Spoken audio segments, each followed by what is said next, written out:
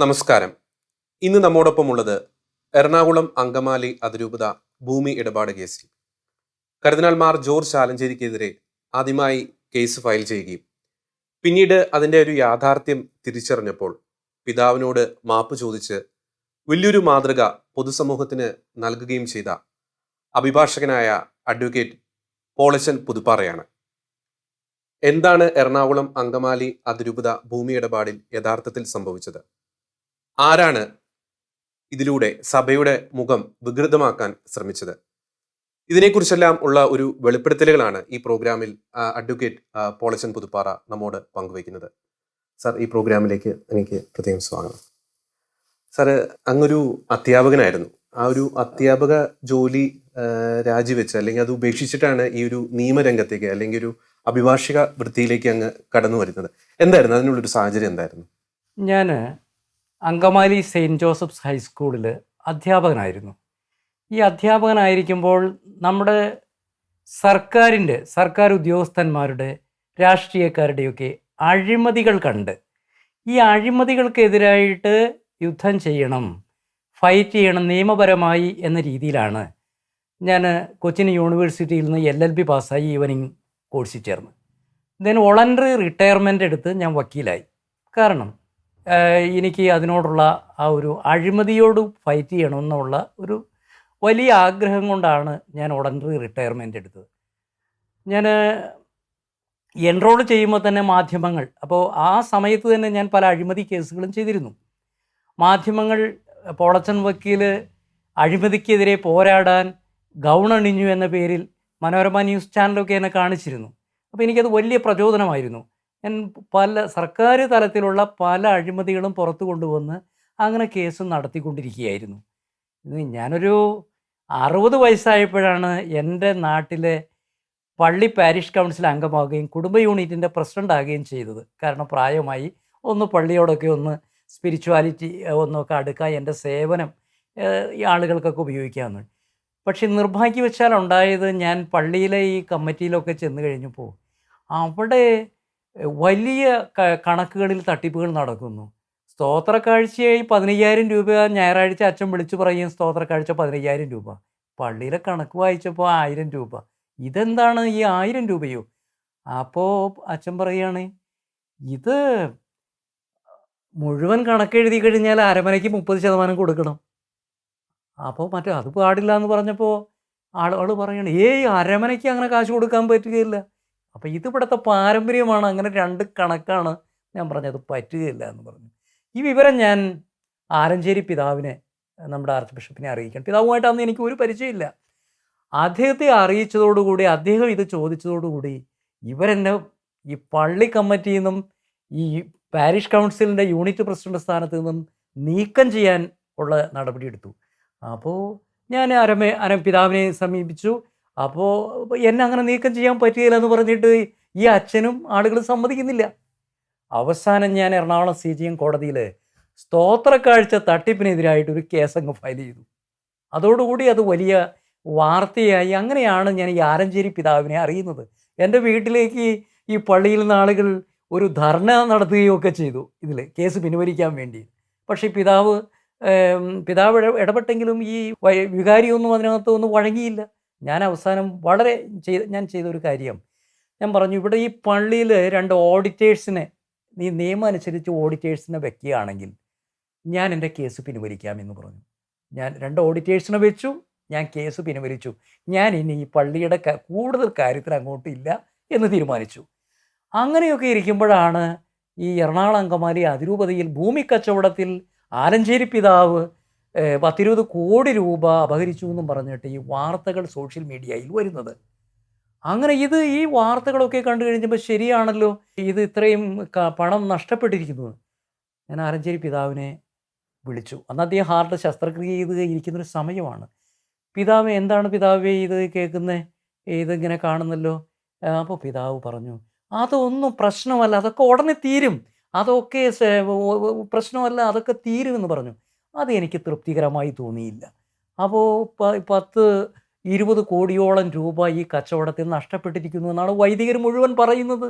അത് സോഷ്യൽ മീഡിയയിൽ വരുന്നു, അതിൻ്റെ തെളിവുകൾ വരുന്നു. ആ തെളിവുകളല്ലാതെ ആലഞ്ചേരി പിതാവ് താൻ എന്താണ് ഈ ചെയ്തിരിക്കുന്നതെന്ന് ഒരക്ഷരം അധികം വെളിപ്പെടുത്തുന്നുമില്ല. സാറിപ്പം പറഞ്ഞു എറണാകുളം അങ്കമാലി അതിരൂപത ഭൂമി ഇടപാട്. പലപ്പോഴും ഈ മാധ്യമങ്ങളിലൂടെയും പൊതുസമൂഹത്തിന് അതിനെപ്പറ്റി ഒരു വാർത്ത കിട്ടുന്നുണ്ട്. പക്ഷെ യഥാർത്ഥത്തിൽ എന്താണ് ആ ഒരു ഇടപാടിൽ സംഭവിച്ചത്? നമുക്കറിയാം അതിന്റെ ഒരു തുടക്കം Angamaly little flower hospital medical college ആക്കി ഉയർത്തുക എന്ന വലിയൊരു ലക്ഷ്യമായിരുന്നു. പിന്നീട് മറ്റൊരുള്ള ഭൂമി പർച്ചേസ് ചെയ്യുന്നു. അതിന്റെ ഒരു ചരിത്രം അങ്ങൊന്നു അത് പറയാം. എറണാകുളം അങ്കമാലി അതിരൂപതയിലെ ഭൂമി വിൽപ്പന കുംഭകോണം എന്നാണ് ആ കാലത്ത് മാധ്യമങ്ങൾ അതിനെ വിശേഷിപ്പിച്ചത്. യഥാർത്ഥത്തിൽ നടന്നത് എറണാകുളം അങ്കമാലി അതിരൂപതയ്ക്കൊരു മെഡിക്കൽ കോളേജ് തുടങ്ങാൻ വേണ്ടി ബാങ്ക് ലോൺ എടുത്താണ് മറ്റൂരിൽ 25 ഏക്കർ വാങ്ങിയത്. ബാങ്ക് ലോൺ എടുക്കാൻ കാരണം അങ്ങ് തൃശ്ശൂർ ജില്ലയിലുള്ള ഒരു എസ്റ്റേറ്റ് ഉണ്ട്, വരന്തരപ്പള്ളിയിലെ എസ്റ്റേറ്റ്. അത് കൊടുക്കാൻ കാരണം ദൂരെയുള്ള ഒരു എസ്റ്റേറ്റ് കൊടുത്തിട്ട് ഈ സ്ഥലം വാങ്ങുന്നത്. അത് വിൽക്കാൻ പറ്റാതെ വന്ന സാഹചര്യത്തിൽ ബാങ്കിൽ കടം കൂടി. ബാങ്കിൽ 19 കോടിയുടെ പലിശയൊക്കെ കൂടിയപ്പോൾ അത് കൊടുക്കണം എന്ന് വന്നു. അങ്ങനെ കൊടുക്കാൻ വേണ്ടി അതിരൂപതയിലെ ഫിനാൻസ് കൗൺസിലും മറ്റ് സമിതികളെല്ലാം ആലോചിച്ചാണ് ഒരു 3.5 ഏക്കർ ഭൂമി, കാരണം തൃക്കാക്കരയിലെ ഭൂമിക്ക് വിലയുണ്ടല്ലോ, അത് 28 കോടിക്ക് വിൽക്കാനായിട്ട് തീരുമാനിച്ചു. അത് വിറ്റു. അങ്ങനെ വിൽപ്പന കഴിഞ്ഞപ്പോഴാണ് ഈ പറയുന്ന ഇവിടുത്തെ വിമത വൈദികർ അതിൽ ആരോപണവുമായിട്ട് ഇങ്ങനെ വന്നത്. ആരോപണം എന്തായിരുന്നു വെച്ച് കഴിഞ്ഞാൽ 28 കോടിക്ക് വിറ്റു. അതിനകത്ത് അതിരൂപതയ്ക്ക് 9 കോടിയെ കിട്ടിയുള്ളൂ. ഏതാണ്ട് 20ഓളം കോടി രൂപ കർദിനാൾ അത് വേറെ എങ്ങാണ്ട് കൊണ്ടുപോയി വിദേശത്തേക്ക് കടത്തി എന്നൊക്കെ അങ്ങ് അടിച്ചു വിട്ടു. അപ്പോൾ നോക്കിയപ്പോൾ ഇതിൻ്റെ 20 കോടി കാണാനില്ല. പക്ഷേ ഒപ്പം കോട്ടപ്പടിയിലും ദേവികുളത്ത് 25 ഏക്കറും 13 ഏക്കറും വാങ്ങിയിട്ടുണ്ട്. ഈടായിട്ടാണ് വാങ്ങിയത്. പക്ഷെ അത് ഈടാണെന്ന ആധാരത്തിൽ എഴുതിയിട്ടില്ല. അതായത് ഇപ്പോൾ 36 കോടി വിലയുള്ള ഭൂമി അതിനെ തറവര വെച്ചിട്ട് ആധാരം ചെയ്ത് മേടിച്ചു. പക്ഷേ ഈ ഗ്യാരണ്ടി ആണെന്നെല്ലാം അതിരൂപതയുടെ രേഖകളിലുണ്ട്. അതായത് ഈ 18 കോടി തിരിച്ചു നൽകുമ്പോൾ അതാണ് ഈ ഗ്യാരണ്ടി എന്ന് പറയുന്നത്. ഈ തരാനുള്ള 18 കോടി തിരിച്ചു തരും ഈ ഭൂമി ആധാരം ചെയ്ത് കൊടുക്കണമെന്നാണ്. അത് പല ഭാഗത്തും എറണാകുളം അതിരൂപതയുടെ രേഖകളിലുണ്ട്. ഇത് ഈ വൈദികർ മറച്ചു വെച്ചുകൊണ്ടാണ് ആലഞ്ചേരി പിതാവ് ഇതേ ഭൂമി വിറ്റു, 20 കോടി തട്ടിയിൽ ഉരുമാളി കൊണ്ടുപോയി നിക്ഷേപിച്ചു, ഇങ്ങനെ അങ്ങോട്ട് വിട്ടത്. അപ്പോൾ പിതാവ് ഇത് മൗനം പാലിച്ചുകൊണ്ട് ഇതിനെപ്പറ്റി ഒന്നും പറയാതെ ഇരുന്നതുകൊണ്ട് സംശയം വർദ്ധിച്ചു. എനിക്കും അങ്ങനെ സംശയം വർദ്ധിച്ചു. അപ്പോൾ ഇവർ തന്ന രേഖകൾ, വിമത വൈദികർ തന്ന രേഖകളും സോഷ്യൽ മീഡിയയിൽ വന്നതും വെച്ച് ഞാൻ ഇത് വെച്ച് കേസുമായി പോയി. ഇപ്പോഴാണ് യഥാർത്ഥത്തിൽ എറണാകുളം അതിരൂപതയുടെ അത് എനിക്ക് കിട്ടി. ആ രേഖകൾ കണ്ടപ്പോൾ ഞാൻ ഞെട്ടിപ്പോയി. സത്യങ്ങൾ ഇതാണ്. ഇത് ഗ്യാരണ്ടി ഭൂമിയാണ്. അദ്ദേഹം ഒരു പൈസ ഇതിൽ നിന്ന് എടുത്തിട്ടില്ല. ഇത് എറണാകുളം അതിരൂപതയ്ക്ക് കോടികളുടെ ലാഭം ഉണ്ടായിരിക്കുന്നു. മാത്രമല്ല ടെക്നിക്കലായിട്ട് ചില എറേഴ്സ് സംഭവിച്ചതിന് അദ്ദേഹം 3 പ്രാവശ്യം മാപ്പ് പറഞ്ഞു. ഈ മാപ്പ് പറഞ്ഞതും പൊതുസമൂഹത്തോട് ഈ വൈദികർ വെളിപ്പെടുത്തിയിട്ടില്ല. പിതാവും മാപ്പ് അത് അദ്ദേഹം എനിക്ക് തോന്നുന്നു അദ്ദേഹം ഒരു വിശുദ്ധനാകും. മരിച്ചു കഴിഞ്ഞാൽ ഒരു സഹനദാസനായിട്ടാണ് അദ്ദേഹം അവിടെ ജീവിക്കുന്നത്. ഒരു മനുഷ്യനെ ഇത്രയും സഹിക്കാൻ എങ്ങനെ പറ്റുന്നു? ഒരു 2 ലോഹയോ മറ്റുമായിട്ടാണ് അദ്ദേഹം ജീവിക്കുന്നതെന്ന് ഞാൻ വർഷങ്ങൾക്ക് മുമ്പ് ഞാൻ പറഞ്ഞു കേട്ടിട്ടുണ്ട്. അങ്ങനെയുള്ള ഒരാളെ പറ്റി കോടികൾ മോഷ്ടിച്ചു എന്ന് പറഞ്ഞുകൊണ്ട് ഇങ്ങനെ കഥകളുണ്ടാക്കി പറഞ്ഞ് അതുകൊണ്ട് തന്നെയാണ് ഞാൻ അദ്ദേഹം മരിച്ചു കഴിഞ്ഞാൽ വളരെ വേഗത്തിൽ അദ്ദേഹം വിശുദ്ധനായി പ്രഖ്യാപിക്കപ്പെടും. അപ്പം ഞാൻ അദ്ദേഹത്തെ ഇദ്ദേഹത്തെ മാനഹാനി വരുത്തിയ ഒരാളായിട്ട് ജീവിതത്തിൽ അറിയപ്പെടാൻ പാടില്ല. അതുകൊണ്ടാണ് ഞാൻ മുട്ടുകുത്തി മാപ്പ് പറഞ്ഞത്. കാരണം നിരപരാധിയാണെന്ന് പൂർണ്ണ ബോധ്യം. എനിക്ക് അതിൻ്റെ ആരെന്ത് വിചാരിച്ചാലും ഒരു പ്രശ്നമില്ല. ഇനിയും എന്ന് വെച്ച് ഞാൻ അഴിമതിക്കെതിരായ പോരാട്ടം എൻ്റെ ജീവിത ദൗത്യമല്ലേ, അത് ഞാൻ തുടരും. പക്ഷേ കുറച്ചുകൂടി സൂക്ഷ്മത, കുറച്ചുകൂടി ഈ പറയുന്ന പോലെ രേഖകൾ പൂർണ്ണമായി കണ്ടു വേണം ഇതുപോലെ. പക്ഷെ വൈദികരിങ്ങനെ ചതിക്കും, അത് തങ്ങളുടെ സഭാതലവനെ ചതിക്കുമെന്ന് ഞാൻ സ്വപ്നത്തിൽ വിചാരിച്ചോ? അതാണ് ഉണ്ടായത്. ഈ മറ്റൊരുള്ള ഭൂമി നമ്മൾ അതിരൂപത അഡ്വാൻസ് കൊടുത്തതിന് ശേഷം ഈ വരന്തരപ്പള്ളിയിലെ ഭൂമി വിൽക്കാനുള്ള സാങ്കേതികമായിട്ടുള്ള പ്രശ്നം വന്നത്. അതായത് ഈ ഭൂമിക്ക് അഡ്വാൻസ് കൊടുത്ത് ഇത് കച്ചവടം ആയതിനു ശേഷമാണ് അത് വിൽക്കാൻ. അതാണ് ഇതിനകത്ത് വന്ന ഒരു അബദ്ധം. അപ്പോൾ അത് വിൽക്കാൻ പറ്റിയില്ല. അങ്ങനെ ഒരു കെണിയിലായി അത് വന്നു. ഈ പറയുന്ന തൃക്കാക്കരയിലെ ഭൂമി അതെല്ലാം ഈ അതിരൂപതയിലെ ആലോചനാ സമിതിയിലും പ്രസ്ബിറ്ററിലും ഒക്കെ അതിപ്പോഴാണ് ഞാൻ അറിയുന്നത് കേട്ടോ. അന്ന് ഈ വൈദികർ പ്രചരിപ്പിച്ചത്, മാധ്യമങ്ങളിലൂടെ വന്നത് 30 കോടി രൂപയോളം വില വരുന്ന വസ്തു അദ്ദേഹം 8 കോടി കിട്ടിയിട്ടുള്ളൂ. ബാക്കി 18 കോടി രൂപ 18 കോടി രൂപ കിട്ടിയിട്ടില്ല. നമുക്ക് നഷ്ടം വന്നിരിക്കുന്നു. പിന്നെ കോട്ടപ്പടിയിൽ പോയും ദേവികുളത്ത് പോയും പിതാവ് ഏതാണ്ട് ഭൂമി കച്ചവടം നടത്തി ഇതൊരു ഭയങ്കര റിയൽ എസ്റ്റേറ്റ് ആണ്, ഈ അതിരൂപതയെ ആകെ നശിപ്പിക്കുകയാണ് തെക്ക് നിന്ന് വന്ന ആലഞ്ചേരി പിതാവ് എന്ന് പറഞ്ഞ്. അപ്പം ഞാൻ നോക്കിയപ്പോൾ ഈ കച്ചവടത്തിൽ ഇത്രയും പണം കിട്ടാതെ ഒരു ഇത് കാണുന്നു. അപ്പോൾ സംഭവം ശരിയായിരിക്കുമെന്ന് ഞാൻ അങ്ങോട്ട് നേരെ CJM കോടതിയിൽ എറണാകുളത്ത് ഈ ഡോക്യുമെൻറ്റ്സ് വെച്ചിട്ട് ഞാൻ ഒരു കേസ് ആലഞ്ചേരി പിതാവിനെ പ്രതിയാക്കിക്കൊണ്ട് ജോഷി പുതുവ 2ാം പ്രതിയും വടക്കുംപാട് നച്ചൻ 3ാം പ്രതിയുമായിട്ട് ഫയൽ ചെയ്തു. ഓക്കെ, അങ്ങ് പറഞ്ഞു ഈ തൃക്കാക്കരയിലെ ആ ഭൂമിയുടെ ഒരു കേസ് ഉണ്ടല്ലോ, അത് ഏത് സാഹചര്യത്തിലായിരുന്നു? അതിരൂപതയ്ക്ക് അത് ഒരു റിയൽ എസ്റ്റേറ്റ് ബ്രോക്കറെ ആയിരുന്നു അത് ഏൽപ്പിച്ചിരുന്നത് അല്ലേ? യെസ്. അപ്പോൾ ഈ തൃക്കാക്കരയിൽ ഈ അതിരൂപത ഫിനാൻസ് കൗൺസിലും ഒക്കെ ഈ ഭൂമി വിൽക്കാൻ തീരുമാനിച്ചപ്പോൾ അതൊരു റിയൽ എസ്റ്റേറ്റ് ബ്രോക്കറായ സാജു വർഗീസിനെ അത് വിൽക്കാൻ ഏൽപ്പിച്ചു. അദ്ദേഹമാണ് ഇതിൻ്റെ ഡീലിങ്സ് നടത്തിയത്. അത് അദ്ദേഹം അതിൻ്റെ ബ്രോക്കറാണ്. ഞാൻ കാണുന്നു അതിൻ്റെ ആധാരത്തിലൊക്കെ അദ്ദേഹം സാക്ഷിയായിട്ട് ഒപ്പിട്ടിട്ടുണ്ട്. അപ്പോൾ ഇതിൽ ചെയ്തത്, ഇതിൻ്റെയൊക്കെ ഡീലിങ്സ് നടത്തുന്നത് ജോഷി പുതുവായി എന്ന് പറയുന്ന പ്രൊപ്പറേറ്റർ എന്ന് പറഞ്ഞാൽ അതിരൂപതയുടെ സാമ്പത്തിക കാര്യങ്ങൾ മുഴുവൻ നോക്കി നടത്തുന്നയാൾ പ്രൊപ്പറേറ്ററാണ്. അദ്ദേഹത്തെയാണ് ഇതിൻ്റെ രേഖകളെല്ലാം ശരിയാക്കാൻ, ഇതെല്ലാം ചെയ്യാൻ വേണ്ടിയിട്ട് ചുമതലപ്പെടുത്തിയിരിക്കുന്നത്. പിതാവ് ഇതിനകത്ത് ആധാരത്തിൽ ഒപ്പുവയ്ക്കുന്ന ഒരു ജോലിയാണ് ചെയ്യുന്നത്. അപ്പോൾ ചോദിക്കാം, ഇയാൾ പറയുന്നത് അദ്ദേഹം എല്ലാം നോക്കേണ്ടതല്ലേ? നമ്മൾ പോലും സാധാരണക്കാരൻ പോയി ഒരു ആധാരം ചെയ്യാൻ പോകുമ്പോഴെങ്ങനെയാണ് ആധാരം മുഴുവൻ വായിച്ചു നോക്കിയിട്ടാണ് ഒപ്പിടുന്നത്. ഒരു ആധാര എഴുത്തുകാരനെ ഏൽപ്പിക്കും. നമ്മൾ ഏകദേശം ഒരു ഇതൊക്കെയാണ് ചെയ്യുന്നത്. അപ്പോൾ ഇവിടെ പിതാവ് ശരിക്കും ഇതെല്ലാം അതിൻ്റെ ഉത്തരവാദിത്വം, ഇത് ഒപ്പിട്ട ആടുന്നതിൽ ഉത്തരവാദിത്വത്തിന് പിതാവിന് ഒഴിയാൻ പറ്റില്ല. പക്ഷേ ഇവിടെ സംഭവിച്ചത് ഈ 28 കോടിയുടെ വസ്തു കച്ചവടത്തിൽ 18 കോടി രൂപ അതിരൂപതയ്ക്ക് കിട്ടിയില്ല എന്ന വസ്തുത പിതാവ് പറയുന്ന എപ്പോഴാണെന്നറിയോ? ഈ ആധാരത്തിൽ ഒപ്പിട്ട് കൊടുത്തതിന് ശേഷമാണ്. ദെൻ പിതാവ് വട്ടം നിന്ന് ഈ 18 കോടി രൂപയ്ക്ക് തിരിച്ചു കിട്ടാൻ വേണ്ടി 2 സ്ഥലങ്ങൾ, അങ്ങ് കോതമംഗലം അടുത്ത് കോട്ടപ്പടിയിൽ 25 ഏക്കർ, ദേവികുളത്ത് 13 ഏക്കർ, ഇത് രണ്ടും ആധാരം ചെയ്ത് മേടിക്കുന്നു. പക്ഷേ ഇത് ആധാരം ചെയ്ത് മേടിക്കുന്നത് വില കൊടുത്തിട്ടാണ്. എന്ന് വെച്ചാൽ തറവില, ആ ഭൂമിയുടെ യഥാർത്ഥ വിലയല്ലല്ലോ, അതിൻ്റെ 1/3 മറ്റോ വരുന്ന വിലയാണ് തറവിലയായിട്ട് വരുന്നത്. ആ തറവില കാണിച്ചുകൊണ്ട് അത് തീറായിട്ടാണ് മേടിക്കുന്നത്. അതായത് ഈ ഭൂമി വാങ്ങിയത് കിട്ടാനുള്ള 18 കോടിക്ക് ഗ്യാരണ്ടി ഭൂമിയായിട്ടാണ് വാങ്ങുന്നത്. പക്ഷേ ഈ ഗ്യാരണ്ടി എന്ന വാക്ക് ആധാരത്തിൽ ഉപയോഗിക്കാൻ പറ്റില്ലല്ലോ. പക്ഷേ അത് ഉപയോഗിച്ചിട്ടുണ്ട്. എവിടെയാണെന്നറിയോ? ഈ ഫിനാൻസ് കൗൺസിലിൻ്റെയും ആലോചനാ സമിതിയുടെയും അതിരൂപതയിലെ ഈ ഫോറങ്ങളിലെല്ലാം എഴുതിയിരിക്കുന്നു, ഈ വസ്തു കിട്ടാനുള്ള 18 കോടിക്ക് ഗ്യാരണ്ടി ആയിട്ടാണ് വാങ്ങുന്നതെന്നും അത് ആ 18 കോടി തിരിച്ചു കിട്ടുമ്പോൾ ഇത് തിരിച്ചു കൊടുക്കണമെന്നും അവിടെ എഴുതിയിട്ടുണ്ട്. ഇതിനകത്ത് ഈ രഹസ്യം, ഇത് ഒരു ഗ്യാരണ്ടി ഭൂമിയാണ് എന്ന രഹസ്യം ഞാനറിയുന്നില്ല. ഈ പറയുന്ന എറണാകുളം അതിരൂപതയിലെ വിമത വൈദികരോ ഇവരോ ആരും അത് പുറത്തേക്ക് വിടുന്നില്ല. ഇനി പിതാവും പറഞ്ഞില്ല. ഇനി പിതാവ് മറ്റാരും വഴിക്കത് പറയിപ്പിക്കണ്ടേ? അതാണ് അദ്ദേഹത്തിൻ്റെ നിഷ്കളങ്കത. അദ്ദേഹം വേറൊരാളെ കൊണ്ട് തൻ്റെ നിരപരാധിത്വം തനിക്ക് പറയാൻ പറ്റില്ല. കാരണം ഇതിനകത്ത് ഒരു അല്പം ടെക്നിക്കൽ പ്രശ്നമുണ്ടല്ലോ. കാരണം കാശ് കിട്ടാതെ ആധാരത്തിൽ ഒപ്പിട്ട് കൊടുത്തു. പിന്നെ അത് കിട്ടാൻ വേണ്ടി വട്ടം നിന്ന് അദ്ദേഹം മേടിച്ചു. പക്ഷേ അദ്ദേഹം എഴുതിയിരിക്കുകയാണ്, ഈ മാരാമ്പറമ്പിൽ കമ്മീഷൻ്റെ മുമ്പിൽ അദ്ദേഹം എഴുതിയിട്ടുണ്ട്, ഇത് ഗ്യാരണ്ടി ആയിട്ട് കൊടുത്തതാണ്. ഈ 18 കോടി തിരിച്ചു കിട്ടുമ്പോൾ ആ 18 കോടിയല്ല 36 കോടി ഇതിൻ്റെ യഥാർത്ഥ ഓണേഴ്സ് കൊടുക്കാൻ തയ്യാറായി. പിന്നീട് ഈ ഗ്യാരണ്ടി ഭൂമി തിരിച്ചു കൊടുക്കരുത് എന്നാണ് എറണാകുളത്തെ വിമത വൈദികർ പറയുന്നത്. അതെപ്പോഴാണ് പറയുന്നതെന്നറിയോ? ആധാരം കഴിഞ്ഞപ്പോൾ പറയാണ് ആ ഭൂമി ഇനി തിരിച്ചു കൊടുക്കാൻ പറ്റില്ല. അങ്ങ് ഈ നിയമ പോരാട്ടം ആരംഭിച്ച സമയത്ത് ഇതൊരു ഗ്യാരണ്ടി ഭൂമിയാന്ന് അങ്ങേക്ക് അറിയില്ലായിരുന്നു. ഞാൻ കഴിഞ്ഞ 2 മാസം മുന്നാണ് എറണാകുളം അതിരൂപതയിലെ ഫിനാൻസ് കൗൺസിലിൻ്റെയും ഈ പ്രസ്പിറ്ററൽ കൗൺസിലിൻ്റെയും മറ്റ് രേഖകൾ, അതിനു മുമ്പ് ഈ എറണാകുളം അതിരൂപതയുടെ രേഖകൾ ഞാൻ കാണുന്നില്ലല്ലോ. ഈ വിമത വൈദികർ പുറത്തുവിട്ട രേഖകൾ മാത്രമാണ് കാണുന്നത്. ഈ യഥാർത്ഥ ഡോക്യുമെൻറ്റ്സ് കണ്ടപ്പോഴാണ് ഞാൻ ഞെട്ടിയത്. കാരണം ഇത് ഗ്യാരണ്ടി ഭൂമിയാണ്. പക്ഷേ ഈ ഗ്യാരണ്ടി ഭൂമി തിരിച്ചു കൊടുക്കാൻ ഇപ്പോൾ എറണാകുളം അതിരൂപതയിലെ വൈദികർ സമ്മതിക്കുന്നില്ല.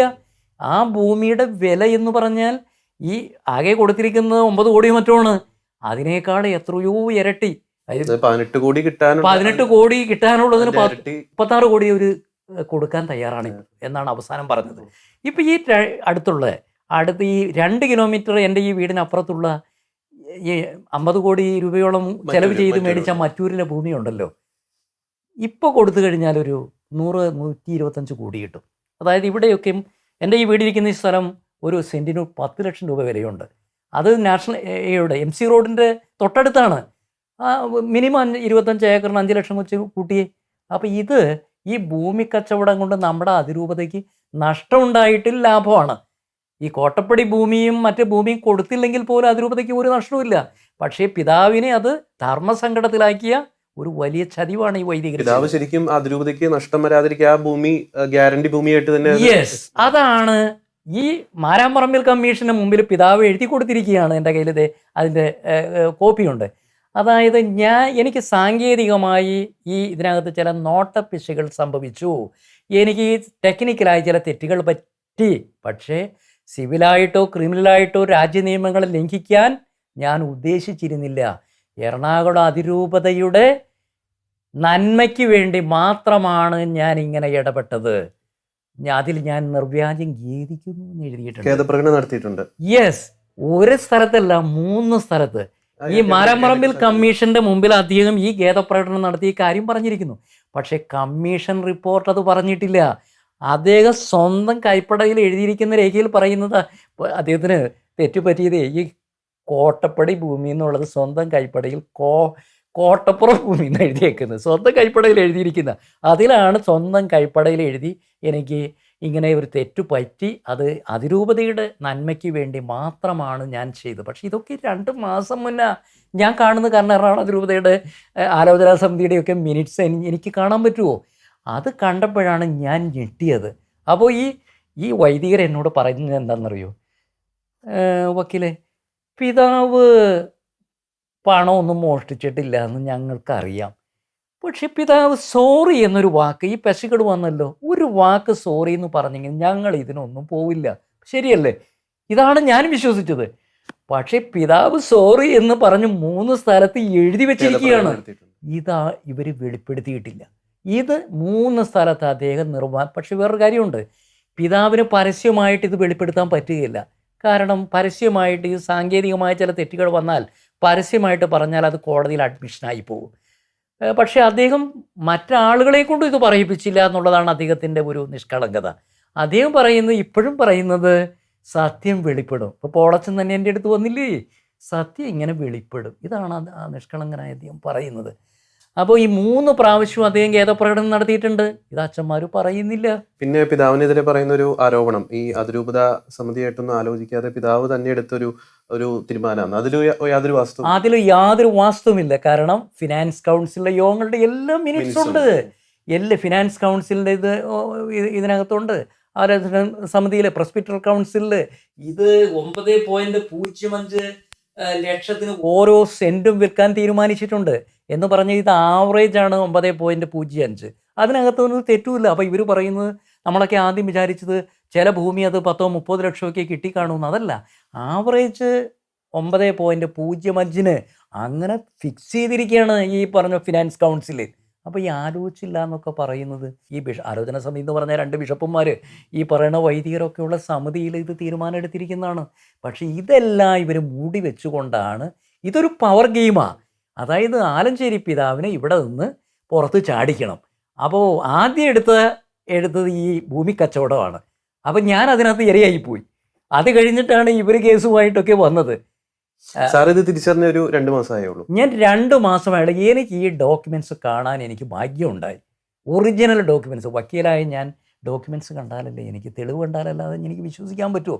ഞാൻ നേരത്തെ കണ്ട ഡോക്യുമെൻറ്റ്സ് വെച്ച് ആലഞ്ചേരി പിതാവിന് ഈ പറയുന്ന ഗ്യാപ്പ് ഉണ്ടല്ലോ 18 കോടിയുടെ, അത് അദ്ദേഹം ഉത്തരം പറയണ്ടേ? അത് അദ്ദേഹം പറഞ്ഞില്ല. അപ്പം അദ്ദേഹം ഈ പണം, ഇവർ പറയുന്നത് എന്താണെന്നറിയോ?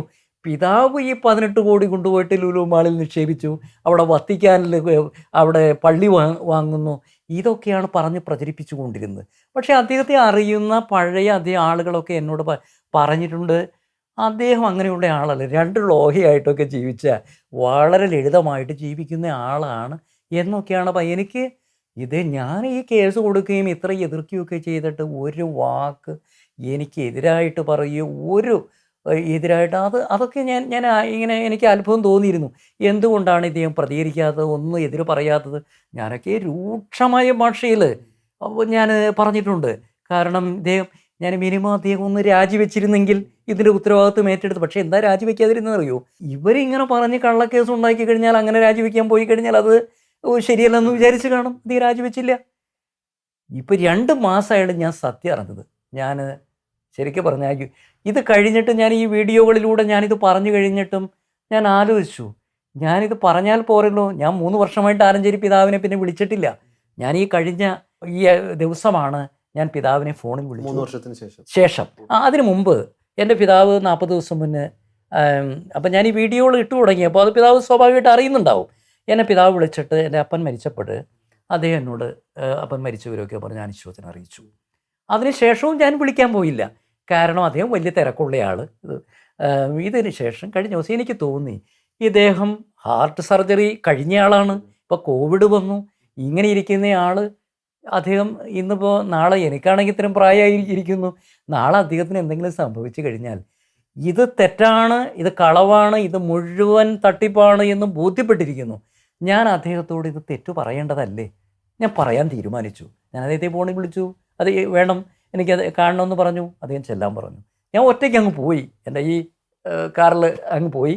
ഞാൻ അവിടെ ചെന്നു. അദ്ദേഹം വന്നു. ഞാൻ തീരുമാനിച്ചിരുന്നു അദ്ദേഹത്തിന് മുമ്പിൽ മുട്ടുകുത്തി മാപ്പ് പറയണമെന്ന് തീരുമാനിച്ചിരുന്നു. അത് വേറെ ആരും എന്നോട് പറഞ്ഞിട്ടല്ല. പക്ഷെ ഞാനതല്ല, ഞാൻ നോക്കിയപ്പോൾ ഇത് സഭയുടെ തലവനാണ്, അദ്ദേഹം ചെയ്ത ഒരു കുറ്റമല്ല. ഇനി ഞാനാണെങ്കിൽ മനഃപൂർവ്വം ചെയ്തതല്ല കേട്ടോ, ഇവരുടെ സ്വാധീനത്തിൽ പെട്ടിട്ടാണെങ്കിൽ പോലും എൻ്റെ ഒരു ഇതിൽ അദ്ദേഹത്തെ ഇത്രയേറെ അവഹേളിച്ചു, ഇത്രയേറെ വിമർശിച്ചു. അപ്പോൾ അദ്ദേഹം എന്തുമാത്രം വേദനിച്ചിട്ടുണ്ടാവും. ഇപ്പം എന്നെപ്പറ്റി ഞാനിപ്പോൾ ഇത് പറയുമ്പോൾ ചിലർ ഫേസ്ബുക്കിലൊക്കെ എഴുതുവേ, വക്കീലിന് എത്ര കോടി കിട്ടി? എനിക്ക് ഈ പറയുന്ന ഇവരുടെ കോടികളൊന്നും വേണ്ട. എനിക്ക് ജീവിക്കാൻ സർക്കാർ തരുന്ന പെൻഷനും മറ്റ് എല്ലാ സാമ്പത്തികമായിട്ട് എല്ലാം ഉണ്ട്. ഇപ്പോൾ ഒരു വീഡിയോ കണ്ടു, ഞാൻ GP ആകാൻ വേണ്ടിയിട്ടാണ്, സർക്കാരിൻ്റെ GP ആക്കുമത്ര എന്നെ. ഞാൻ ഇത് GP ആകാൻ 60 വയസ്സിൽ താഴെയുള്ളവർ GP ആക്കുകയുള്ളൂ. എൻ്റെ പ്രായം 68 ആകാൻ പോകുന്നു. എനിക്കൊരിക്കലും GP ആകാൻ പറ്റില്ല. ഞാൻ എൻ്റെ എറണാകുളം നോർത്തിലുള്ള എൻ്റെ ഓഫീസ് 2 വർഷം മുന്നേ, ഞാൻ ഇപ്പോൾ 15 വർഷമായിട്ടോ വക്കീലായിട്ട്, എറണാകുളം നോർത്തിലെ ഓഫീസ് ഞാൻ വേറെ ജൂനിയേഴ്സിന് കൊടുത്തു. എനിക്ക് അങ്കമാലി ഓഫീസ് മാത്രം മതിയെന്ന് പറഞ്ഞു. ഇപ്പോൾ അങ്കമാലി ഓഫീസാണ്. ഞാൻ ഒരു 2 വർഷം കൂടി ഈ ഉള്ള ഫയലുകളൊക്കെ ഇങ്ങനെ തീർത്തിട്ട് ഇനി കൃഷിയും കാര്യങ്ങളൊക്കെ എനിക്ക് പശുക്കളെ വളർത്തലും കൃഷിയൊക്കെ എനിക്ക് ഭയങ്കര ഹരമാണ്, അതിലേക്ക് മാറണമെന്നാണ് വിചാരിക്കുന്നത്. അത് മാത്രമല്ല, ഇപ്പം സമൂഹത്തിൽ സാർ അറിയപ്പെടുന്ന ഒരു വ്യക്തിത്വമാണല്ലോ. അപ്പൊ അങ്ങനെയുള്ള ഒരു വ്യക്തി ഒരാളുടെ മുമ്പിൽ മുട്ടുകുത്തി മാപ്പ് പറയണമെങ്കിൽ അത് സാറിന്റെ ഉള്ളിൽ നിന്ന് വന്നത് തന്നെയാണ്. വലിയൊരു തിരിച്ചറിവിന്റെ അടിസ്ഥാനത്തിൽ തന്നെയാണ്. അതായത് ഞാൻ ചിന്തിച്ചതാണ്, അദ്ദേഹം നിരപരാധിയാണ്. അപ്പം ഞാൻ ഇദ്ദേഹത്തെ ഇത്രയേറെ വേദനിപ്പിച്ചു. എനിക്കാണെങ്കിൽ എനിക്ക് ഒരു നേട്ടവും, അതായത് ഞാൻ ഇദ്ദേഹത്തോട് മാപ്പ് പറഞ്ഞതുകൊണ്ട് എനിക്ക് പേഴ്സണലി ഒരു നേട്ടവും കിട്ടാൻ പോകുന്നില്ല. പക്ഷേ എനിക്ക് കിട്ടാൻ പോകുന്നത് എൻ്റെ മനസ്സിൻ്റെ ഒരു സംതൃപ്തിയാണ്. യഥാർത്ഥത്തിൽ ഇപ്പം ഞാൻ പലപ്പോഴും ആലോചിക്കുന്നത്, ഞാൻ എഴുതിയിട്ടുണ്ട്, ഈ എറണാകുളത്തെ വൈദികർക്ക് ഈ ആലഞ്ചേരി പിതാവുമായിട്ടുള്ള ഈ വിഷയങ്ങൾ അവർക്ക് ഒരു മേശയുടെ ചുറ്റും ഇരുന്നിട്ട് ഇത് പറഞ്ഞ് അവസാനിപ്പിക്കാൻ പാടില്ലേ എന്ന് പലപ്പോഴും ഞാൻ എഴുതിയിട്ടുണ്ട്. കാരണം ഞാൻ ഇവരുടെ ഭാഗവുമല്ല. ഞാൻ എൻ്റെ പ്രസ് മീറ്റുകളിലൊക്കെ ഞാൻ പറഞ്ഞിട്ടുണ്ട്, ഞാൻ AMTയുടെ ഭാഗമല്ല. ഞാൻ ഈ വൈദികരുമായിട്ട് പലപ്പോഴും ഞാൻ നിയമയുദ്ധം നടത്തിയിട്ടുണ്ട് പല കേസുകളിലും.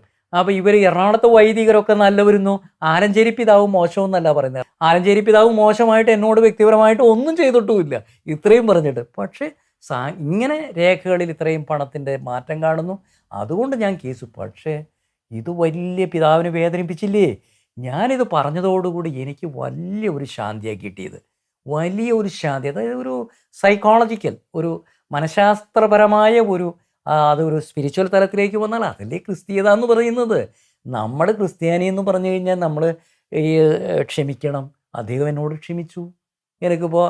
എനിക്കാണെങ്കിൽ വളരെ, പക്ഷേ ചില ആളുകൾ വിചാരിക്കും, ഇത്രയും പുലിയായിട്ട് പൊരുതിയ വക്കീൽ അങ്ങേര് കണ്ടില്ലേ, അങ്ങേര് പോയിട്ട് മുട്ടുകുത്തിയെന്ന്.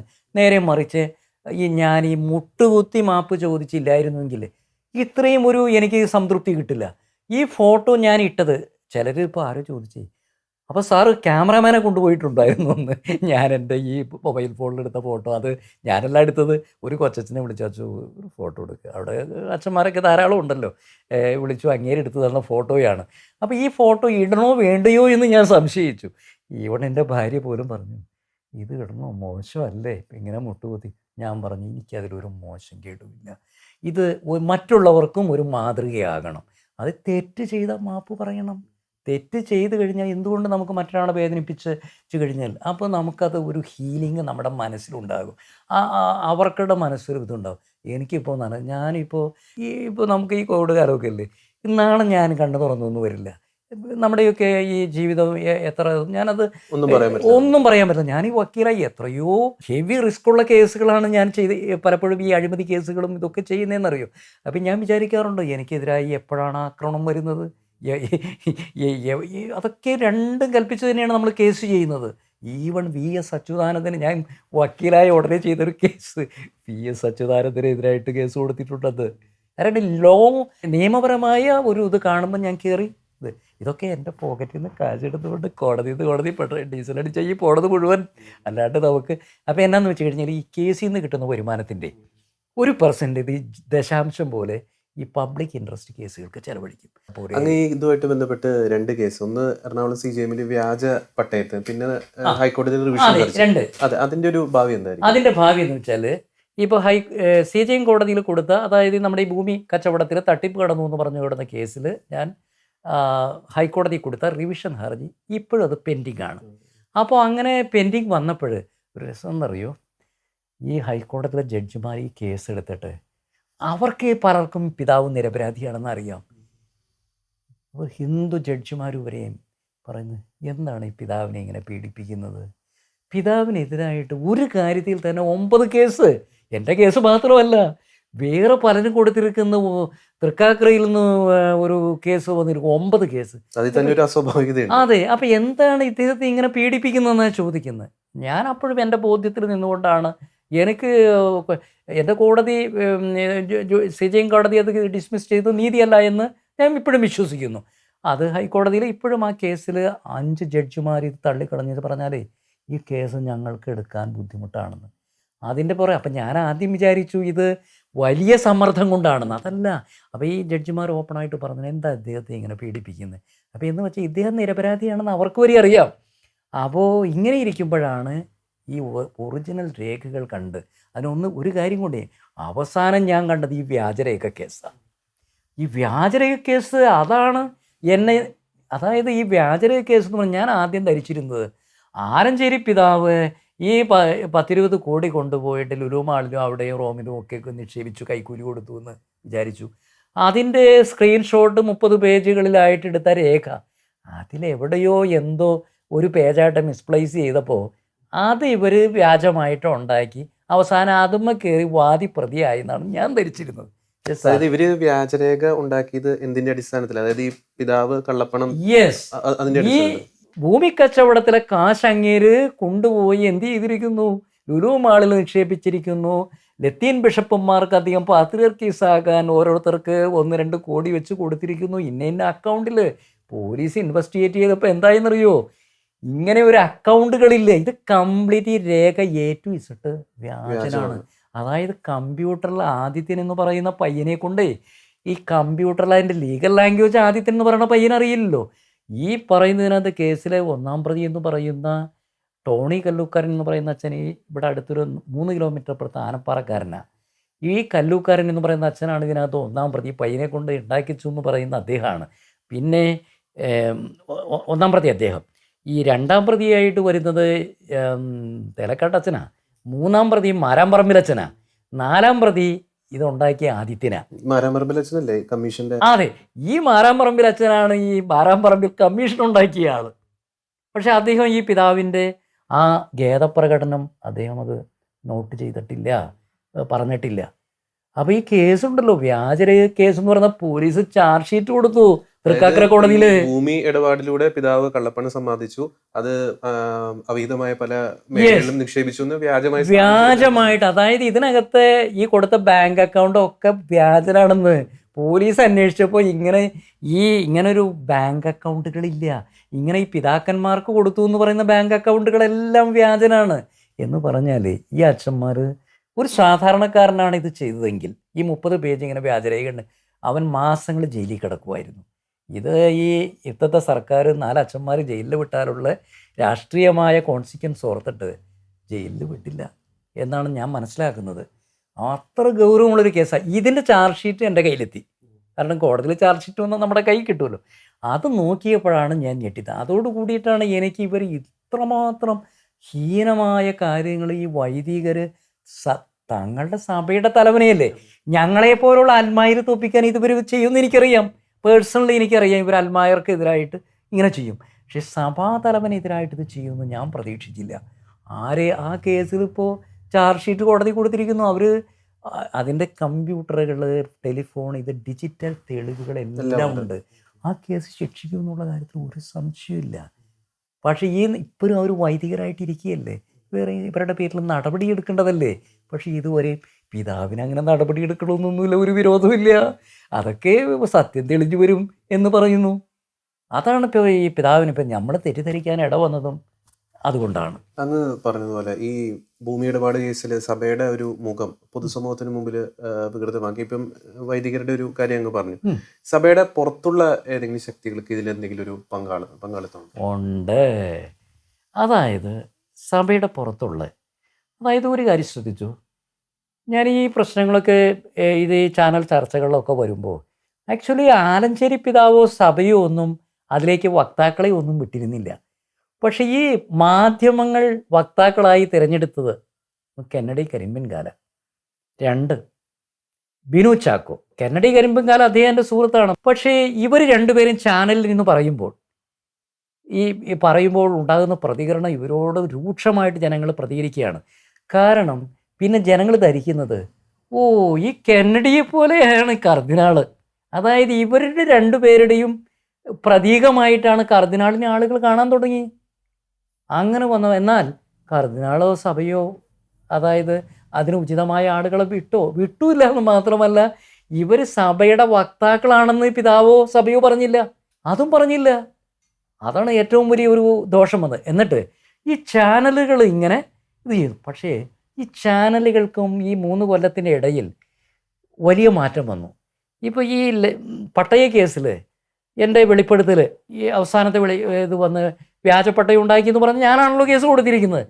അവസാനം ഈ ചാനലുകളൊന്നും ഇതിന് ചർച്ചയ്ക്കോ കാര്യങ്ങൾക്കോ ഒന്നും ഈ AMTക്കാർ ഇവരൊന്നും നോക്കിയിട്ട് ഒന്നും നടന്നില്ല. അവസാനം ആരെ കിട്ടിയെന്നറിയോ? Media one. അവസാനം മീഡിയ വണ്ണിൻ്റെ ഒരു ചാനലിനെയാണ് എന്നെ വിളിച്ച് തന്നത്. എന്ന് വെച്ചാൽ മീഡിയ വൺ മാത്രമാണ് ഇപ്പോൾ കാണുന്ന, അവർ മാത്രമാണ് ഇപ്പോൾ കൊടുക്കുന്നത്. ജമാഅത്ത് ഇസ്ലാമിയുടെ ചാനലല്ലേ. അപ്പോൾ ഇവരുടെ ഒരു അജണ്ട അത് ഞാൻ മനസ്സിലാക്കിയത് എപ്പോഴാണെന്നറിയോ? ഞാൻ ഈ നവീകരണ പ്രസ്ഥാനവുമായിട്ട് ബന്ധപ്പെട്ട് വന്നപ്പോൾ ഇത് മാത്രമല്ല, മറ്റേ ഫ്രാങ്കോ പിതാവിൻ്റെ എറണാകുളത്ത് നടന്ന സത്യാഗ്രഹത്തിലൊക്കെ ഞാൻ പ്രസംഗിക്കുകയൊക്കെ ഉണ്ടായിട്ടുണ്ട്. അതിൽ മുന്നിലുണ്ടായിരുന്നൊരു വ്യക്തിയാണ് ഞാൻ. സിസ്റ്റർ ലൂസിയുടെ ആ സമരത്തിലും അതിൽ തുടക്കത്തിൽ ഞാനുണ്ടായിരുന്നു. പക്ഷേ അവിടെ ആ സമരം തുടങ്ങിയപ്പോൾ കണ്ടത് എന്താണെന്നറിയോ? അവിടേക്ക് ഞങ്ങൾ തുടങ്ങുമ്പോൾ നവീകരണ പ്രസ്ഥാനത്തിൽപ്പെട്ട ഒരു 10-15 പേരാണ് ഉണ്ടായിരുന്നത്. പിന്നീട് അവിടെ യുക്തിവാദികളും മുസ്ലിങ്ങളും ഇങ്ങനെ ഒരു വലിയ സമൂഹം കേരളത്തിൻ്റെ നാനാഭാഗത്ത് നിന്ന് ഇങ്ങോട്ട് ഇറച്ചി കയറിയിട്ട് ഫ്രാങ്കോയുടെ സമരത്തിൻ്റെ നേതൃത്വം ഏറ്റെടുത്തു. മുസ്ലിം തീവ്രവാദ സംഘടനകൾ അന്ന് ഏറ്റെടുത്തു. അത് ഞാൻ മനസ്സിലാക്കി. പക്ഷേ അദ്ദേഹത്തെ അറസ്റ്റ് ചെയ്യുകയും അതിൻ്റെ ഒരു വിജയമായി വരും. പക്ഷേ സിസ്റ്റർ ലൂസിയുടെ കാര്യത്തിൽ വന്നപ്പോഴേ ഇത് തന്നെയാണ് കണ്ടത്. സിസ്റ്റർ ലൂസിയെ സപ്പോർട്ട് ചെയ്തുകൊണ്ട് വരുന്നത് ഇവരാണ്. ഞാൻ അതോടെ എന്ത് ചെയ്യുന്നറിയോ? എൻ്റെ പ്രസംഗം അവിടെ നിശ്ചയിച്ചിരുന്നതാണ്. എനിക്ക് എൻ്റെ മനസാക്ഷി പറഞ്ഞു, ഇനി ഞാനിതിൽ പങ്കെടുക്കും. ശരിയാണ്. ഈ സിസ്റ്റർ ലൂസി അവർക്ക് സിസ്റ്റേഴ്സ് പഠിപ്പിച്ച് ജോലി കിട്ടി 10-60,000 രൂപ ശമ്പളം കിട്ടുന്ന, ഇപ്പോൾ ഒരു 40,000 രൂപയെങ്കിലും പെൻഷൻ ഉണ്ടാവും. ഇവർക്ക് സഭയുടെ നിയമങ്ങൾ അനുസരിക്കാൻ പറ്റിയില്ലെങ്കിൽ, ഇവർക്ക് സന്യാസ വസ്ത്രം ധരിക്കാൻ പറ്റില്ലെങ്കിൽ, അവർക്ക് അന്തസ്സായിട്ട് ഇതിൽ നിന്ന് രാജിവെച്ച് പോയി അവർക്ക് ജീവിക്കാൻ പാടില്ലേ? അല്ലാതെ ഇവിടെ ആ മടത്തിൽ കിടന്ന് തലവേദന ഉണ്ടാക്കുക, ഇങ്ങനെ ഒരു ഹീറോ ആകാൻ വേണ്ടി അവരെ സപ്പോർട്ട് ചെയ്ത് കൊണ്ടുവന്നിരിക്കുന്നവരോ. ഇപ്പം ഈ ആളുകളൊക്കെ ഇവിടെ ഉണ്ടായിരുന്നവരൊക്കെ മാറി. ഇപ്പം ഏതോ ഈ മുസ്ലിം തീവ്രവാദികളും മറ്റാളുകളുമാണ് ഇവരെ സഭയുടെ ഉള്ളിലുള്ളവരെ ഈ ഇത്തരം സംഘടനകൾ പ്രത്യേകിച്ച് ഈ ഭൂമി ഇടപാട് കേസിലൊക്കെ സഭയുടെ മുഖമുഖൃതമാക്കാൻ സ്വാധീനിച്ചിട്ടുണ്ടാവും. തീർച്ചയായിട്ടും. അതായത് ഇതിനകത്തെല്ലാം പക്ഷേ നമുക്ക് ഈ വരികൾക്കിടയിലൂടെ വായിക്കാൻ ഇത് സത്യം മനസ്സിലാക്കാൻ സാധാരണക്കാർക്ക് വക്കീലായി എനിക്ക് പറ്റിയില്ല, എനിക്ക് ഈ അബദ്ധം പറ്റി. അപ്പോൾ പിന്നെ സാധാരണക്കാരുടെ കാര്യം പറയാനുണ്ടോ? അതായത് ഈ മാധ്യമങ്ങളിലൂടെ ഒരു പ്രചരണം അങ്ങ് വിട്ടാൽ, ഇപ്പം ഞാൻ നേരത്തെ പറഞ്ഞില്ലേ, അതായത് വക്കീൽ എന്തിനാ ഇത് ചെയ്യുന്നത്? വക്കീലിനെ സർക്കാർ പ്ലീഡറാക്കുമെന്ന് സുപ്രീം കോടതി റിട്ടയർഡ് ജഡ്ജി പറഞ്ഞിട്ടുണ്ടെന്ന് ഞാൻ പറഞ്ഞില്ലേ. 68 വയസ്സായി എനിക്ക്, 60 വയസ്സ് കഴിഞ്ഞാൽ ഈ പ്ലീഡറാകാൻ പറ്റില്ല. അപ്പോൾ ഇങ്ങനെ ഇവർ പറയുമ്പോൾ കേൾക്കുന്ന ആളുകൾക്ക് എന്താ തോന്നുന്നത്? എന്തോ കാര്യമുണ്ടല്ലോ. ഇപ്പം ഞാൻ എൻ്റെയൊക്കെ ഈ സോഷ്യൽ മീഡിയ പോസ്റ്റുകളിലൊക്കെ ഞാൻ ഈ അച്ഛന്മാർക്കെതിരായിട്ടൊക്കെ ഇങ്ങനെ കേസുകൾ നടത്തുകയും വിപ്ലവകരമായിട്ട് എഴുതുകയൊക്കെ ചെയ്തപ്പോൾ ഈ പറയുന്ന ഇടതുപക്ഷക്കാരും ഈ പറയുന്ന യുക്തിവാദികൾ ഇങ്ങനെയുള്ളവരൊക്കെയാണല്ലോ വന്നത്. അപ്പോൾ അവർക്ക് വലിയ ഇഷ്ടമായിരുന്നു. ഇപ്പം ഞാൻ ഈ ആലഞ്ചേരി പിതാവിൻ്റെ ഈ കാര്യത്തിൽ ഈ സത്യം പറഞ്ഞപ്പോഴേ അവർക്കിതൊന്നും കേൾക്കണ്ട. ഇത് ഞാൻ സത്യം ഇതാണ് തെളിവുകളെന്ന് പറയുമ്പോഴും അപ്പോൾ അവർക്കത് ഇഷ്ടമാകുന്നില്ല. കാരണം അവരുടെ ലക്ഷ്യം മറ്റൊന്ന്, ഇവർ ഒരു അജണ്ടയായിട്ടാണല്ലോ ജീവിക്കുന്നത്. ഇപ്പോൾ ഈ ആളുകളൊക്കെ ഓരോ കമ്പാർട്ട്മെൻറ്റിൽ ഇരിക്കുക, അവർക്ക് ഓരോ പ്രചരണ തന്ത്രങ്ങളുണ്ട്. ഇത് എനിക്കതില്ല കേട്ടോ. ഞാനിപ്പോൾ ഈ ആലഞ്ചേരി പിതാവിനോട് ഇത് ഈ രീതിയിൽ മാപ്പ് പറഞ്ഞെങ്കിലും എന്നെ സംബന്ധിച്ചിടത്തോളം ഞാൻ ഒരു രാഷ്ട്രീയ പാർട്ടിയുടെ ഭാഗമല്ല. ഞാൻ ഈ പറയുന്ന നമ്മുടെ സഭയുടെ നമ്മുടെ അടിസ്ഥാനപരമായ ക്രിസ്തുവിൻ്റെ സുവിശേഷത്തിലും അതിൻ്റെ എസൻസ് ആയിട്ടുള്ള കാര്യത്തിൽ അതാണ് നമ്മൾ സ്നേഹമായിട്ട് ജീവിക്കണം, നമ്മൾ ഈ പറയുന്നത് ക്ഷമിക്കണം. സാറ് മാപ്പ് പറഞ്ഞപ്പോൾ പിതാവിൻ്റെ റെസ്പോൺസ് എന്തായിരുന്നു? പിതാവ് എൻ്റെ ഇതിലേക്ക് പിടിച്ചിട്ട് എന്നെ അനുഗ്രഹിച്ചു. എനിക്കത് ഭയങ്കര ഒരു ഹീലിംഗ് ഇഫക്റ്റ്. അതായത് ആൾ ക്ഷമിച്ചല്ലോ. ഇനി ഞാൻ ആ കാര്യം ഈ ലോകത്തോട് പറഞ്ഞ ആ ഫോട്ടോ സഹിതം പറഞ്ഞ എന്തുകൊണ്ടാണെന്നറിയോ? അപ്പോൾ ഞാൻ ചെയ്ത ദ്രോഹം എന്ന് വെച്ചാൽ അങ്ങേർക്ക് ഇത്രയേറെ മാനഹാനിയും വേദനയും ഉണ്ടാക്കിയിരിക്കുക. ലോകം മുഴുവൻ അദ്ദേഹത്തെ ഈ രീതിയിൽ മോശമായിട്ട് കണക്കാക്കിയില്ലേ. അതിന് ഞാനൊന്ന് താഴണം. ഞാൻ ഈ ഇദ്ദേഹത്തിൻ്റെ അടുത്ത് എനിക്ക് തെറ്റ് മനസ്സിലായി, ഞാൻ മാപ്പ് പറഞ്ഞു എന്ന് ലോകം അറിയണം. എനിക്ക് അല്പം എന്നെ അറിയുന്ന പലരും എനിക്ക് സ്വന്തപ്പെട്ടവർ പറഞ്ഞു, അയ്യോ എന്തിനാണ് പോയി അദ്ദേഹത്തിൻ്റെ അടുത്ത് ഇങ്ങനെ അത് ശരിയായില്ല. ഇന്ന് ഒരു കന്യാസ്ത്രീ തന്നെ കണ്ടപ്പോൾ പറയുകയാണ് ഈ വക്കീൽ എന്താ ചെയ്തതെന്ന്. ഞാൻ പറഞ്ഞേ സത്യ സിസ്റ്റം അറിയുമോ, ഇതാണ് കാരണം. അങ്ങനെ ഇങ്ങനെ പീഡിപ്പിക്കുകയായിരുന്നു ഞാൻ ഉൾപ്പെടെയുള്ള ആളുകൾ. അപ്പോൾ അതുകൊണ്ട് ഞാൻ എൻ്റെ തെറ്റിന് പറഞ്ഞു.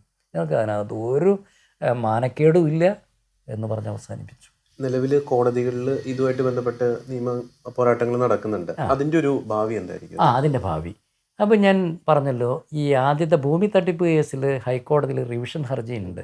അതിപ്പോൾ ഇങ്ങനെ പെൻഡിങ്ങിലായിട്ട് കോവിഡ് വന്നതിന് ശേഷം അങ്ങനെ പെൻഡിങ്ങിലായിട്ട് നിൽക്കുകയാണ്. പക്ഷേ ഇതിനിടയിൽ അവിടെ ഒരു ഹൈക്കോടതി ജഡ്ജി ആ ഭൂമി തട്ടിപ്പ് സിമിലർ ഒരു കേസിൽ അന്വേഷണം നടത്തണമെന്ന് പറഞ്ഞിട്ട് ഒരു വിധി പുറപ്പെടുവിച്ചു 2 മാസം മുന്നേ. ഇനി ആ കേസിൽ ഇനി സുപ്രീം കോടതിയിൽ മാത്രമാണ് കേസ് നിൽക്കുകയുള്ളൂ. അപ്പോൾ എൻ്റെ കേസ് സിമിലർ കേസാണല്ലോ. ഒരേ കേസിൽ തന്നെ ഹൈക്കോടതിയിൽ ഒരു വിധി വന്നാൽ എൻ്റെ കേസ് ഇൻഫ്രക്ചസ് ആകും. അതിന് പിന്നെ സാധുത, അതിന് ലീഗൽ നിലനിൽപ്പില്ല. അപ്പോൾ ആ കേസ് പോയി. പിന്നെ വ്യാജ പട്ടയം ഉണ്ടാക്കിയ കേസ് അത് നല്ല കേസാണ്, വ്യാജ പട്ടയം ഉണ്ടാക്കിയതാണെന്ന് എനിക്ക് നല്ല ബോധ്യമുണ്ട്. അതാരാണ് ഉണ്ടാക്കിയതെന്ന് പോലീസല്ലേ ഇൻവെസ്റ്റിഗേറ്റ് ചെയ്യേണ്ടത്. ആധാരമില്ലാത്ത 80 സെൻറ്റ് സ്ഥലത്തിന് വേണ്ടിയാണ് ഈ വ്യാജ പട്ടയം ഉണ്ടാക്കി വേഗം അവിടെ കൊണ്ടുപോയി വില്ലേജ് ഓഫീസിൽ പോക്കുവരവ് ചെയ്തു. അപ്പോൾ നമുക്ക് ഈ വില്ലേജ് ഓഫീസിൽ കൊണ്ടുപോയി പോക്കുവരവ് ചെയ്തപ്പോൾ അവിടെ നിന്ന് റൈറ്റ് ടു ഇൻഫർമേഷനിൽ അതിൻ്റെ കോപ്പി കിട്ടി. അങ്ങനെ ഒരു പട്ടയമില്ല. അപ്പോൾ ഇത് ഈ പറയുന്ന AMTക്കാരാണത് 5 പ്ലോട്ട് 36 ആധാരങ്ങളായിട്ടാണ്. 5 പ്ലോട്ടല്ല, അതിനകത്ത് ഈ 3.5 ഏക്കറിൽ പറയുന്ന ഒരു 86 സെൻറ്റ്, അതായത് കൃത്യം എനിക്ക് അറിയില്ല. അപ്പോൾ ഇത് പുറത്തേക്ക് കൊണ്ടുവരുന്നത്, ഈ വ്യാജപ്പടയും പുറത്തേക്ക് കൊണ്ടുവന്ന് ഫേസ്ബുക്കിലിട്ടത് ഈ സുതാര്യതക്കാരാണ് കേട്ടോ. അത് കണ്ടിട്ടാണ് ഞാൻ കേസ് കൊടുക്കാൻ പോയത്. അത് കണ്ടു, ഞാൻ എൻ്റെ കോപ്പി എടുത്തു. ഞാൻ അപ്പോഴേക്ക് ഇവർ വന്നിട്ട് സാറേ ഞങ്ങൾ ഇതിൻ്റെ രേഖകളൊക്കെ തരാമെന്ന് പറഞ്ഞ് വിവരാവകാശം അനുസരിച്ച് രേഖകൾ തന്ന് അങ്ങനെ കേസ് ഫയൽ ചെയ്തു. ആ കേസ് ഒരിക്കലും ഞാൻ പിൻവലിക്കില്ല. എന്താ കാരണം എന്നറിയോ? കള്ളനോട് അടിക്കുന്ന പോലെയുള്ള കാര്യമല്ലേ. പക്ഷേ ആര് ചെയ്തു എന്നതിൽ 1-ാം പ്രതിയാക്കിയിരിക്കുന്നത് ഇത് പ്രൊഡ്യൂസ് ചെയ്തിരിക്കുന്ന ജോഷി പുതുവ പ്രോക്കുറേറ്റർ അച്ഛനെയാണ്. 2-ാം പ്രതി ബ്രോക്കറാണ്. ആലഞ്ചേരി പിതാവ് അതിനകത്ത് 3-ാം പ്രതിയാണ്. അദ്ദേഹത്തെ 3-ാം പ്രതിയാക്കിയത് അദ്ദേഹം ഈ വ്യാജപ്പട്ടയം ഉപയോഗിച്ചാണ് ഈ ആധാരത്തിൽ ഒപ്പിട്ടിരിക്കുന്നത്. പക്ഷേ നമ്മൾ കണ്ടിട്ടില്ലല്ലോ അദ്ദേഹം ഇത് അറിഞ്ഞോ അതെയാണോ ചെയ്തതെന്ന്. ഇപ്പം ഞാൻ മനസ്സിലാക്കുന്ന അദ്ദേഹത്തിന് ഇതിൽ അറിവുണ്ടായി കാണില്ല. ആ കേസ് പിൻവലിച്ചാൽ എന്ത് പറ്റും? യഥാർത്ഥ കുറ്റവാളികൾ രക്ഷപ്പെടുമല്ലോ. അപ്പോൾ പലരും എന്നോട് ചോദിക്കുന്നുണ്ട്, അത് സാറെന്താ ആലഞ്ചേരി പിതാവിനോട് മാപ്പ് പറഞ്ഞിട്ട് പിതാവിനെതിരായ കേസ് പിൻവലിച്ചിട്ടില്ലല്ലോ? പക്ഷേ അത് പിൻവലിക്കുന്നില്ല. അപ്പോൾ ആലഞ്ചേരി പിതാവ് അതിനകത്ത് എൻ്റെ കേസിൽ പ്രതിയല്ലേ? പക്ഷേ ഇത് പോലീസാണ് ഇൻവെസ്റ്റിഗേറ്റ് ചെയ്യേണ്ടത്. പോലീസ് ഇൻവെസ്റ്റിഗേറ്റ് ചെയ്ത് കഴിയുമ്പോൾ ഇതിനകത്ത് ആരാണത് ഉണ്ടാക്കിയത്, ആരാ സഹായിച്ചതെന്നെല്ലാം തെളിഞ്ഞോട്ടെ. പിതാവ് അതിനകത്ത് നിരപരാധിയാണെന്ന് ഞാൻ വിശ്വസിക്കുന്നു. കാരണം പിതാവ് ഇങ്ങനെ ഒരു വ്യാജ പട്ടയുണ്ടാക്കാൻ പറയൂ? ഒരിക്കലും അദ്ദേഹത്തെ പോലെ സാത്വികനായ ഒരാളും അത് പറയുമെന്ന് ഞാൻ വിശ്വസിക്കുന്നില്ല. സാർ ഒരു ക്രൈസ്തവ വിശ്വാസിയാണ്, അതോടൊപ്പം തന്നെ ഒരു അഡ്വക്കേറ്റ് ആണ്. അതെ. ഈ ഒരു അതിരൂപത ഭൂമി ഇടപാട് ഈ ഒരു കേസ് ഒരു അഡ്വക്കേറ്റ് എന്ന നിലയിൽ സാർ എങ്ങനെയാണ് ഇതിന്റെ ഒരു പരിഹാരം നിർദ്ദേശിക്കുന്നത്? ഒരു ക്രൈസ്തവ വിശ്വാസി എന്ന നിലയിൽ നമ്മൾ ക്രൈസ്തവ വിശ്വാസികൾ നമ്മളിപ്പോൾ കോടതിയിൽ തന്നെ കേസുകൾ ഞാൻ കക്ഷികളോട് പറയുന്നത് നിങ്ങളത് പറഞ്ഞു തീർക്കാനാണ് പറയുന്നത്. കേസുകൾ വർഷങ്ങൾ നീണ്ടു പോകാതെ അദാലത്തുണ്ട് കോടതിയിൽ. അദാലത്തിൽ വെച്ച് എങ്ങനെയെങ്കിലും കക്ഷികളെ രമ്യപ്പെടുത്താനാണ് ഞങ്ങൾ പൊതുവെ വക്കീലന്മാർ ഇപ്പോൾ ശ്രമിക്കുന്നത്. കാരണം 10-15 വർഷമാണ് കേസുകൾ നടക്കുന്നത്. അപ്പോൾ അങ്ങനെ ഇരിക്കുമ്പോൾ ഈ കേസുകൾ രണ്ട് വിഭാഗങ്ങളും തമ്മിൽ പറഞ്ഞ് ഒത്തീർപ്പാകുന്നതാണ് ഏറ്റവും ഉചിതം. അതാണല്ലോ ക്രൈസ്തവമായ രീതി. അപ്പോൾ കോടതിയുടെ രീതിയിലായാലും ഇത് ഒത്തീർപ്പാകാം. ഇരു കക്ഷികളും തമ്മിൽ അത് പറഞ്ഞ് അവസാനിപ്പിക്കാം കോടതിയിൽ തന്നെ. ഇതൊക്കെ അങ്ങനെ അവസാനിപ്പിക്കാവുന്ന കാര്യമേ ഉള്ളൂ. ഇനി ഇത് വിശ്വാസത്തിൻ്റെ പേരിലായാലും നമുക്ക് ഈ പറയുന്ന കേസുകളുമായിട്ട് ഇങ്ങനെ പോകേണ്ട കാര്യമില്ലല്ലോ. സാങ്കേതികമായി തെറ്റുപറ്റിയെങ്കിൽ, പിതാവിന് തെറ്റുപറ്റിയെങ്കിൽ അദ്ദേഹം അത് പറയുമ്പോൾ പറഞ്ഞു കഴിഞ്ഞിരിക്കുന്നു. ഇത് ഒരു മേശയ്ക്ക് ചുറ്റിരുന്ന് അവസാനിപ്പിക്കേണ്ടതാണ്. അങ്ങനെ അവസാനിപ്പിച്ചാൽ എറണാകുളം അതിരൂപതയ്ക്ക് നല്ലത്. അതല്ലെങ്കിൽ ഇതിങ്ങനെ നീണ്ടുപോകും, നമുക്ക് എല്ലാവർക്കും നാണക്കേടാണ്. അത് നേരത്തെ പറഞ്ഞ പോലെ ഈ കോട്ടപ്പുറത്തെയും ഈ ദേവികുളത്തെയും ആ ഒരു ഭൂമി അത് വിറ്റ് കഴിഞ്ഞിട്ടുണ്ടെങ്കിൽ ഈ പറഞ്ഞ പോലെ ഈ പ്രശ്നങ്ങളെല്ലാം അവസാനിപ്പിക്കാവുന്നേ ഉള്ളൂ അല്ലേ? യെസ്, അത് വിറ്റ് കഴിഞ്ഞാൽ ഇതിനേക്കാൾ എത്രയോ കൂടുതൽ പണം കിട്ടും. അത് വിൽക്കാതിരിക്കുന്നത് എന്തിനാണെന്നറിയോ? പിതാവിനെ ഇത് വലിയൊരു വിഷമവൃത്തത്തിൽ നിർത്തുകയാണ് എന്ന് പറഞ്ഞു കഴിഞ്ഞാൽ തിരിച്ചു കൊടുക്കാമെന്ന് പറഞ്ഞ ഭൂമിയല്ലേ. അപ്പോൾ ആ തിരിച്ചു തന്ന ആളുകൾ, ഭൂമി ഗ്യാരണ്ടി തന്ന ആളുകളോട് പിതാവിന് വാക്ക് പാലിക്കാൻ പറ്റുന്നില്ലല്ലോ. അവർക്ക് വലിയ ലോസല്ലേ സംഭവിച്ചിരിക്കുന്നത്. ഇനി ആ ഭൂമി എറണാകുളം അതിരൂപതയ്ക്ക് അത് വിൽക്കണ്ട, ഇവർ വിൽക്കണ്ടെന്നല്ലേ പറയുന്നത്. ഇപ്പോൾ റോം തന്നെ പറഞ്ഞു എന്ന് കേൾക്കുന്നു. അത് വിൽക്കണ്ട, അത് ഇത്രയും വിലയുള്ളതല്ലേ, വിൽക്കണ്ട, അവിടെ പ്രശ്നമില്ലല്ലോ. പക്ഷെ അത് വേദനയുണ്ട്. ആ വസ്തുവിൻ്റെ ഉടമസ്ഥന്മാർക്ക് അത് ഹ്യൂജ് ലോസ് അത് ഉണ്ടാവും. മറ്റൊരു കാര്യം സാറേ, ഈ മെയിനായിട്ട് സംഭവിച്ചത് നമ്മളെ ഈ മറ്റൂരിലുള്ള ഭൂമി രൂപത മേടിച്ചു. അപ്പം അതിലൊരു സാമ്പത്തികമായിട്ടുള്ള വലിയൊരു ബാധ്യത ഉണ്ടായി. അത് നികത്താൻ വേണ്ടിയിട്ടാണ് നമ്മൾ 5 പ്ലോട്ട് ഭൂമി, തൃക്കാക്കരയുള്ള 5 പ്ലോട്ട് ഭൂമി വിൽക്കാൻ ശ്രമിച്ചത്. അപ്പം അതിൽ ബ്രോക്കർ രൂപതയ്ക്ക് 9 കോടി രൂപ മാത്രമാണ് അക്കൗണ്ടിലേക്ക് കിട്ടുള്ളൂ. 18 കോടി തരാനുണ്ട്. അപ്പം എന്തുകൊണ്ടാണ് ആളിപ്പോഴും ഈ ഒരു 18 കോടി തരാതെ ഇങ്ങനെ ഒരു, അതായത് ഒരു സാഹചര്യം എന്തായിരുന്നു തരാതെ ഇരുന്നതിന് സാഹചര്യം? അതായത് എനിക്ക് തോന്നുന്നത് അന്ന് ഈ നമ്മുടെ നോട്ട് നിരോധനമൊക്കെ വന്ന് വലിയ സാമ്പത്തിക പ്രശ്നങ്ങളുള്ള കാലമാണ്. അപ്പോൾ അതുകൊണ്ട് ബ്രോക്കർ പറഞ്ഞു കാണും ഇത് പണം വരും, അതുകൊണ്ട് പണം വരും എന്ന് പറഞ്ഞ്. ഞാൻ മനസ്സിലാക്കുന്ന ഈ ബ്രോക്കർ ഉണ്ടല്ലോ, അദ്ദേഹം വളരെ വാചാലനും അത് ഒരു വൈദികൻ തന്നെ ഇവിടെ പറഞ്ഞത് എന്താണെന്ന് വെച്ച് കഴിഞ്ഞാൽ ഒരു ഭയങ്കര ഹിപ്നോട്ടിക് പേഴ്സണാലിറ്റിയാണെന്നാണ് പറയുന്നത്. അതായത് അത്രയ്ക്ക് വാചകം, അതായത് ഈ പിതാവിനെ പോലും അദ്ദേഹം ഈ വാചകം അടിച്ച് സ്വാധീനിച്ചിട്ടുണ്ട്. ബ്രോക്കർ എന്നൊരു നല്ല കഴിവുള്ള ആളാണ്. അപ്പോൾ അദ്ദേഹം അത് വിശ്വസിപ്പിച്ചതേ കാശിപ്പ് വരും അല്ലെങ്കിൽ ഇതൊക്കെ പറഞ്ഞു, അല്ലെങ്കിൽ പിതാവ് കാശ് ഇത് അച്ഛനെയൊക്കെ ബോധ്യപ്പെടുത്തി കാണും. പിതാവിനോട് കാശ് കിട്ടിയില്ല എന്ന് പറയുന്നില്ലല്ലോ. പിതാവ് അറിഞ്ഞു കഴിഞ്ഞപ്പോഴാണ് അദ്ദേഹം വട്ടം നിന്ന് കാശ് മേടിച്ചത് രൂപതയ്ക്ക് വേണ്ടിയിട്ട്. അതാണ് അദ്ദേഹം ചെയ്തത്. അതെന്ന് വെച്ചാൽ അതിപ്പോൾ നിയമത്തിൻ്റെ ദൃഷ്ടിയിൽ നോക്കിക്കഴിഞ്ഞാൽ അത് പൂർണ്ണമായിട്ടും ശരിയാണെന്ന് പറയാൻ പറ്റില്ലല്ലോ. പക്ഷേ അത് പിതാവിന് ചെയ്തില്ലായിരുന്നെങ്കിലോ ഈ 18 കോടി രൂപയുമായിട്ട് ആ അച്ഛൻ ലോഹ്യൂരി പോയാൽ എന്താ അവസ്ഥ? ഈ ബ്രോക്കറും ഈ പ്രൊക്രേറ്ററും കൂടി 18 കോടി ബാങ്കിലിടാതെ കൊണ്ടുപോയി കഴിഞ്ഞാൽ എന്ത് ചെയ്യും? അത് നഷ്ടപ്പെട്ടിരുന്നെങ്കിലോ പിതാവിന് ഈ പറഞ്ഞ സ്ഥാനത്തിരിക്കാൻ പറ്റുമോ? പക്ഷേ ഭാഗ്യത്തിന് ഈ വസ്തു അതിനേക്കാൾ വിലയുള്ള 3 ഇരട്ടി വില ഉള്ള ഈ വസ്തു എറണാകുളം അതിരൂപതയ്ക്ക് ഇപ്പം കിട്ടി. അതുകൊണ്ടാണ് ഞാൻ പറയുന്നത് എറണാകുളം അതിരൂപതയ്ക്ക് ഈ വസ്തു കച്ചവടത്തിൽ ഒരു വലിയ ലോട്ടറിയാണ്. പക്ഷേ ഇത് ഇവർ പറയുന്നുണ്ടോ? ഈ അതിരൂപത മുഴുവൻ വിറ്റ് പൊടിപ്പിക്കുകയാണ്. ആകെ പോയിരിക്കുന്നത് ഈ എറണാകുളത്ത് ഈ പറയുന്ന 3.5 ഏക്കറും പിന്നെ ഒരു കൊച്ചൗസേപ്പ് ചിറ്റലപ്പള്ളിക്ക് കൊടുത്ത 5 ഏക്കറുമാണ്. പക്ഷേ അതിന് പകരം എത്രയാണ്? 25, 13 അവിടെ വന്നു.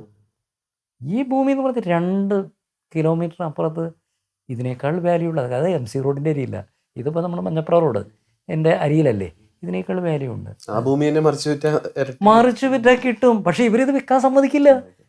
അത് വിൽക്കാൻ പാടില്ല. ഇവർ അതെ, മാനത്തോടത്ത് പിതാവ് വന്നപ്പോഴും ഇവർ സംഘമായിട്ട് നിന്നിട്ട് എന്താണെന്നറിയും ചെയ്യുന്നത്, സംഘമായിട്ട് പിതാവ് ആ ഭൂമി വിൽക്കാൻ പാടില്ല. അപ്പം മാനത്തോടത്ത് പിതാവും ഇതായി. വ്യാജരേഖ കേസ് വന്നപ്പോൾ പിതാവ് പറഞ്ഞതെന്താണെന്നറിയോ, പത്രസമ്മേളനം നടത്തിയിട്ട് ഒറിജിനൽ രേഖയാണെന്ന്. ആ പിതാവ് ഒരു പറ്റിയ പണ്ടത്തരേ സ്ക്രീൻഷോട്ട് എടുത്തതാണ്, ഒറിജിനൽ രേഖയാണ്. പോലീസ് ഇൻവെസ്റ്റിഗേഷൻ വന്നപ്പോൾ അതിനകത്ത് ഒരു വാക്ക് ഒറിജിനലില്ല. അപ്പോൾ ഇത് എറണാകുളം അതിരൂപതയ്ക്ക് ഒരു നഷ്ടവും വന്നിട്ടില്ല. നഷ്ടം വന്നിരിക്കുന്നത് ഇപ്പോൾ പിതാവിൻ്റെ ഇമേജിനാണ്. ഞാൻ അതുകൊണ്ടാണ് മാപ്പ് പറഞ്ഞത്.